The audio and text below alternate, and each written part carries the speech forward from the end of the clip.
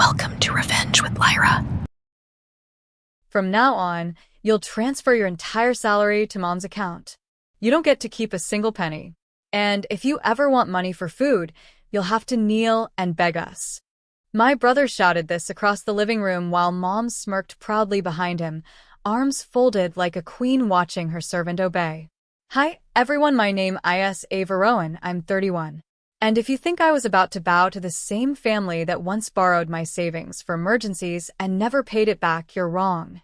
How far can family go before they become strangers in your own house? The day started with coffee and ended with a financial ambush. They'd shown up unannounced, waving printed spreadsheets I'd never seen before. Family contribution plan, they called it. You earn more than us, Ava, Mom said sweetly. It's only fair we manage your finances. You're terrible with responsibility.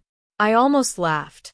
I'd paid off their credit card debt, kept their electricity on, and cover my brother's rent when he lost his job again. Now they wanted my entire paycheck. Give me your banking app, my brother ordered, holding out his hand. Right now.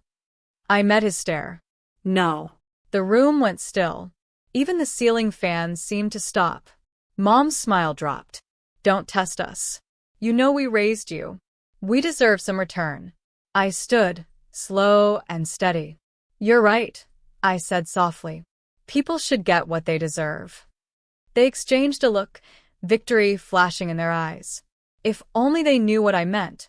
Because while they were busy scheming, I'd already set up something that would make them kneel. And when the first alert hit their phones later that night, the smirk on Mom's face would finally disappear. That evening, I sat at my desk scrolling through the last few months of transactions, every transfer, every bill, every small loan labeled as temporary help. Over $47,000 had quietly vanished into their accounts in 2 years. My phone buzzed with another message from Mom. You'll thank us later, sweetheart. We're teaching you discipline. Discipline. That word made my stomach twist. I opened my work laptop and logged into the financial portal I designed for my company's digital security division. They didn't know my role wasn't just assistant. I was the lead systems analyst, the person who could trace, encrypt, and lock down anything connected to an account, even theirs. By midnight, I'd rerouted my salary into a new trust account under my foundation's name. Only I had access. Then, I froze all secondary authorizations linked to their devices, the same ones I'd set up years ago out of trust. Next came the surprise. I drafted an automatic alert through the bank's fraud department. Any attempt to withdraw funds from my old joint account would trigger an investigation. It wasn't revenge. It was protection. At 6:32 a.m., my phone buzzed with chaos. First, Mom's text. Ava, something's wrong with the bank. None of the cards work. Then my brother. Did you mess with the accounts? Fix it now. I poured myself coffee, humming softly. By the time they showed up banging on my door, I was already dressed for work, calm, collected, untouchable. When I opened the door, Mom's voice cracked with fury. What did you do? I smiled. You told me to give everything to the family. I did. I just made sure the definition of family was updated. They pushed past me into the living room like they still owned the place. My brother threw his phone on the couch. The banking app opened to a bright red warning banner. Account under fraud review. What the hell did you do, Ava? He barked. I sipped my coffee. Protected myself. Mom's eyes were wide with disbelief. You froze our accounts? How dare you? That money kept this family afloat. I tilted my head. You mean my money? She flinched but didn't back down. We're your parents. You owe us. That word, oh, finally broke something inside me. Years of quiet obedience, endless sacrifice, invisible gratitude, all of it condensed into one sharp breath. You owe me, I said quietly, for every loan I never called back. For every night I paid bills you pretended didn't exist. For pretending love was a transaction. My brother laughed coldly. You think this makes you powerful? You've just started a war you can't win. Maybe, I said, reaching for my phone. But I've already won the part that matters. On cue, a chime echoed from his phone. His face blanched as he read the message. Fraudulent activity confirmed. Federal hold initiated. Please contact your branch immediately. I'd filed the report using my own credentials as a verified systems analyst. The hold was airtight. You can't do this, Mom shouted, voice trembling now. I already did, I replied, calm as glass. They stormed out moments later, slamming the door so hard the picture frame rattled on the wall. I didn't chase them. I just looked at the empty space they left behind and whispered, boundaries aren't cruelty, they're survival. And this time I was done being their safety net. For 2 days, silence. Then, like clockwork, the guilt campaign began. First came Mom's text. We didn't mean to upset you, Ava. Family just needs to share. You're being dramatic. Then my brother called, voice dripping with false calm. I can fix this if you just send me your login again. You've made things worse for everyone. I muted both of them. By Friday, my aunt messaged me, clearly recruited for damage control. Sweetheart, your mom's worried sick. She says you're overreacting. Overreacting. The word they'd used all my life when I refused to be manipulated. That evening, I stopped by my office. The security cameras caught my reflection in the glass doors, sharp, steady, no longer scared. My coworker Janelle peeked out from her cubicle. Hey, you look like someone who just got promoted. I smiled faintly.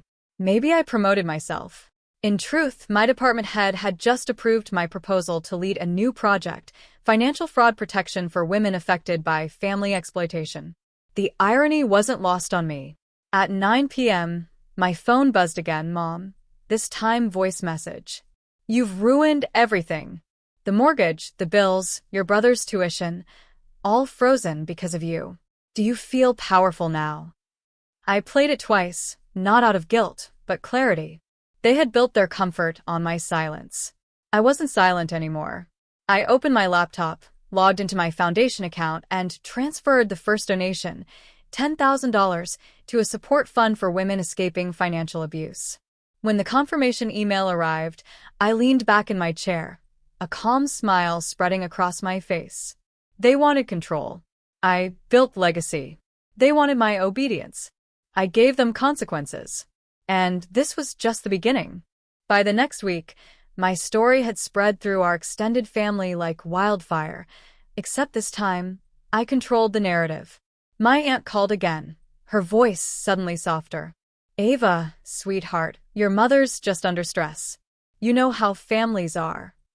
Do you mean families that drain their kids dry, or the ones that call it love? I asked calmly. She didn't have an answer. At work, my project hit the front page of our company newsletter.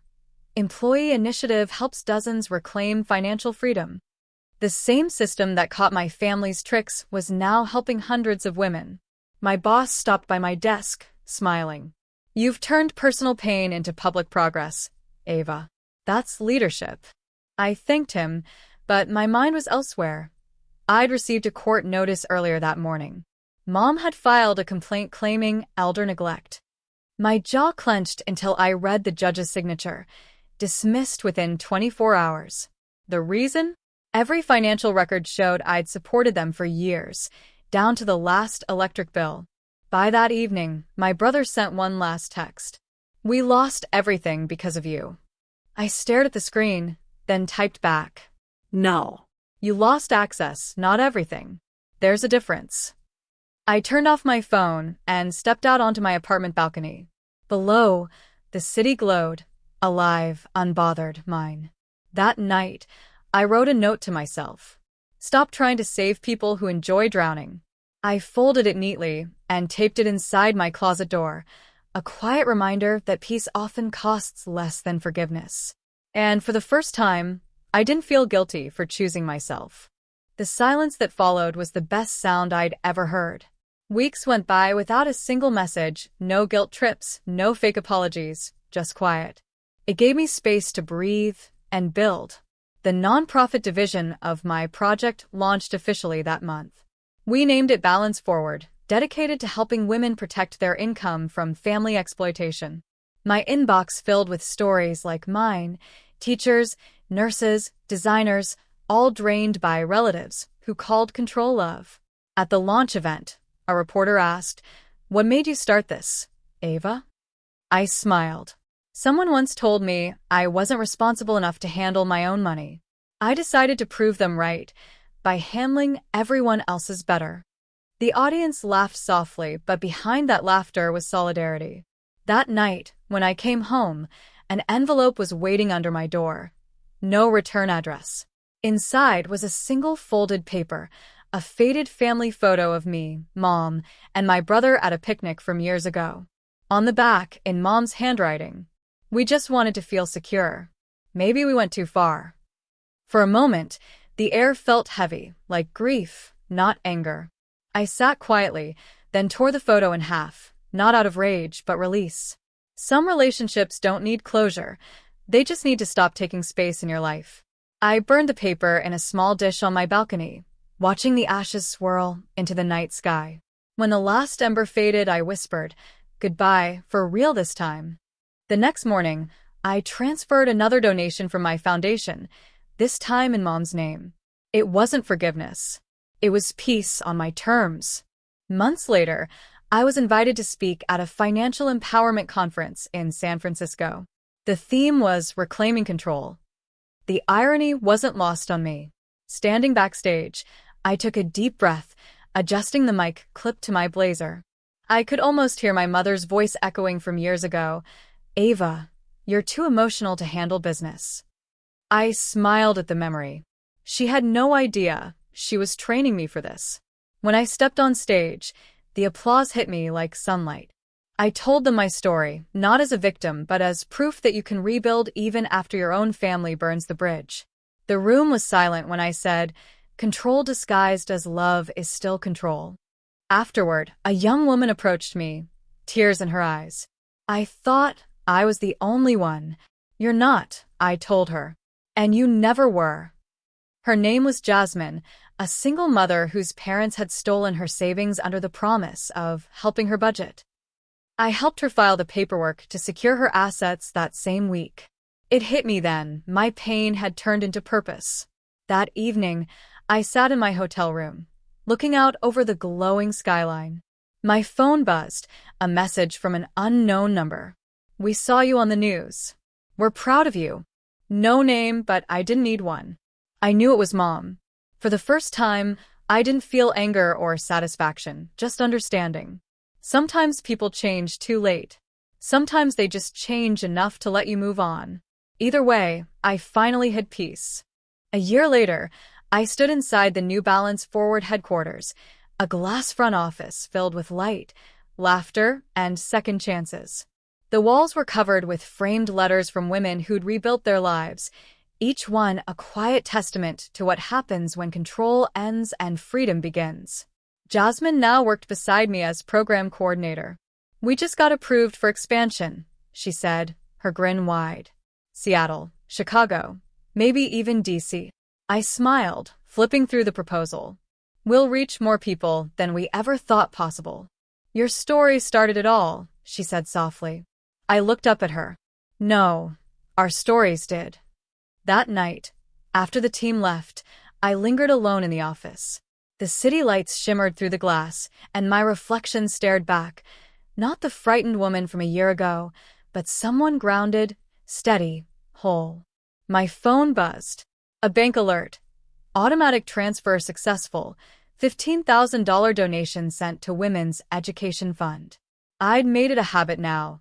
Each time I remembered pain, I turned it into purpose. I poured a cup of tea, stepped out onto the balcony, and let the cool night air brush against my face.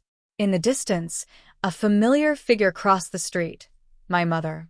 She glanced up, saw me, hesitated. Then she smiled, small, uncertain, but real, before walking on. I didn't wave. I didn't need to.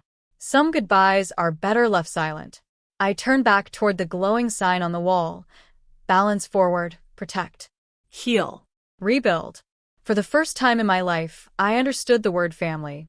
It wasn't about blood or obligation. It was about who stood beside you when you stopped begging to be seen. And finally, I had found mine.